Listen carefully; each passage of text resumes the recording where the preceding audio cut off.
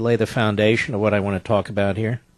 Obama at a PBS town hall meeting, praising the civility of PBS, attacking the rest of us, hat-tip newsbusters. Cut 13, go. You know, this whole issue of civility is, you're right to be distressed by it. But I do think what has happened is that some of the boundaries that used to be there for how you debated ideas have broken down. And no offense against Gwen, because she works for PBS, which is all about civility. Absolutely. But I do think that the TV culture, the reality culture, contributes to this, because what happens at talk radio culture, what happens is that politicians get the most attention the more outrageous they sound. Barack Obama has been the most vicious, vile attack president that I can think of. Absolutely horrendous. But ladies and gentlemen, as usual, he has it all wrong. Despite his flailing and his attacking and all the rest of it, he has it all wrong. Because you see, ladies and gentlemen, many of us are upset because of him and his policies, and policies that are being promoted by the left and by Democrats nationally and in the states. Now, Barack Obama has talked to PBS. He was in Indiana the other day. He spoke to another group in between, spoke to a group today, and he's attacking. And here's what he doesn't say. Here's a perfect example in the Washington Times today.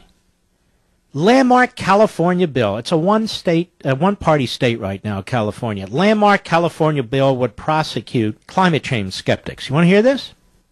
A landmark California bill, writes Valerie Richardson, gaining steam would make it illegal to engage in climate change dissent, clearing the way for lawsuits against fossil fuel companies, think tanks, and others that have, quote, deceived or misled the public on the risks of climate change, unquote. This is totalitarianism, pure and simple. Pure and simple. Obama goes off, worried about talk radio. What a clownish president. And I want you to think of this. California right now is a one-party state, and this is what happens with these Democrats in their one-party states. They hate liberty, they hate capitalism, they hate religion.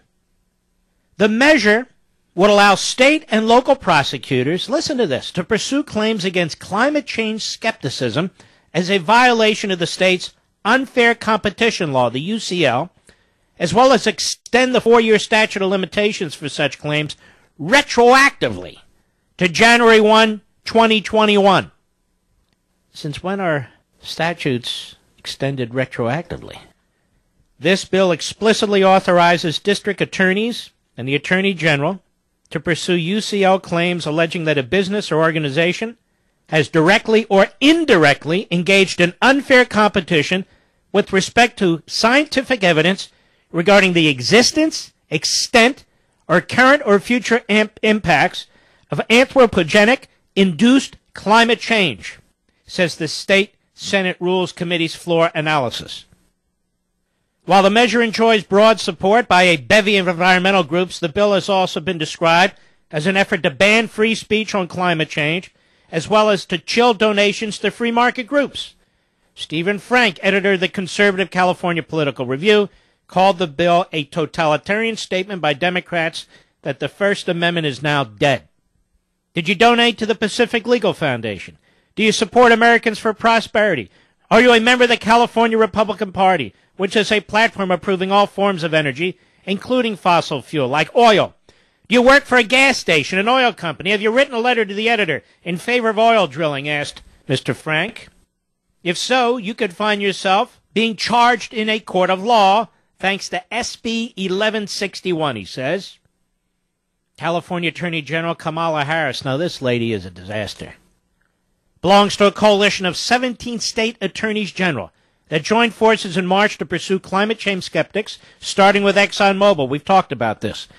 The floor analysis cites as a rationale for the bill articles published last year by Inside Climate News and the Columbia Journalism School's Energy and Environmental Reporting Project, accusing ExxonMobil of hiding its research on climate change, which the company has denied. Let's say they have hidden their research on climate change. So what?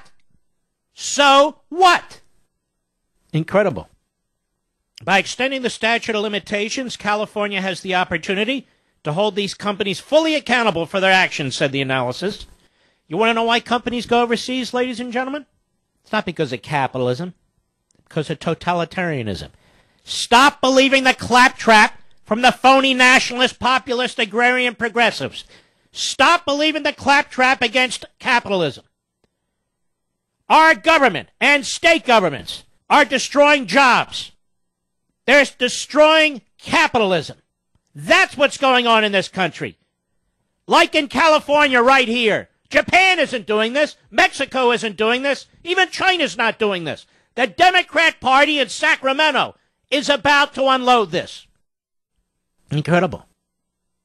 The bill declares there is no legitimate disagreement on the causes and extent of climate change, stating that, quote, there's broad scientific consensus that anthropogenic global warming is occurring and changing the world's climate patterns, and that the primary cause is the emission of greenhouse gases from the production and combustion of fossil fuels, such as coal, oil, and natural gas.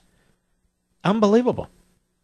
Walter Olson of the website Overlawyered called the bill extraordinary, adding that the target's clearly public issue advocacy, combined with the plans laid by California Attorney General Kamala Harris, part of the Alliance of Attorneys General, that has sought to investigate not only oil, gas, and coal companies, but private advocacy groups and university scientists who've played a role in what is characterized as climate denial. The bill would begin laying the legal groundwork for an astonishingly broad campaign of inquisition and potentially expropriation. This is why I have said for years, and I have written, that this green movement is really a red movement. It is a totalitarian movement. And you look at the Democrats, when there really is no check and balance on Democrat power, not democratic, Democrat power, when there's no check and balance, they reveal themselves.